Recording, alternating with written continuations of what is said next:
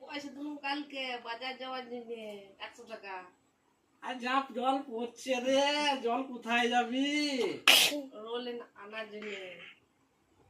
দেখতে পেলি না কত জল পড়ছে, জল ছাড়াচ্ছে না, পড়তেই আছে টিপটাপ টিপটাপ। জল না ছাড়ালে কি করে আর যাবো? আছি আর ঘুরে আসছি, জল দেখতে গেছি যে ছাড়লো না 9টা ছাড়লো। অব্দি জল দেখেছি, জল ছাড়ালে তবে তো দুর্গাপুর যাবো।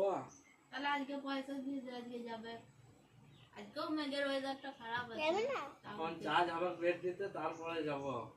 অমনি করে করে 10টা বেজে গেল। আজ আমার দুর্গাপুর থেকে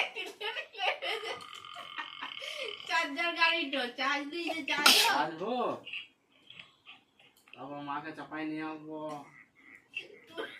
হিরোকে ছেড়ে দিয়ে আসবো।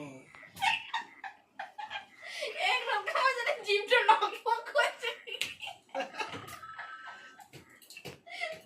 আপ করতে বুঝলি? তাইলে কি হবে? ও দাদা বলছে দাদা শ্বশুর আসবে।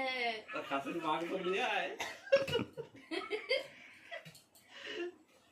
দেখি, তারা খাসির মাংস, ঝরঝর রুটি।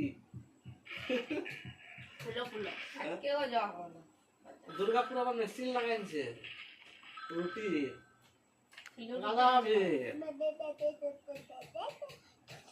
তাহলে এখান থেকে রুটিটা নিয়ে চলে আসবো। এক সময় গাদা রুটি বেড়েছে, তাই গো পাতলা পাতলা রুটি।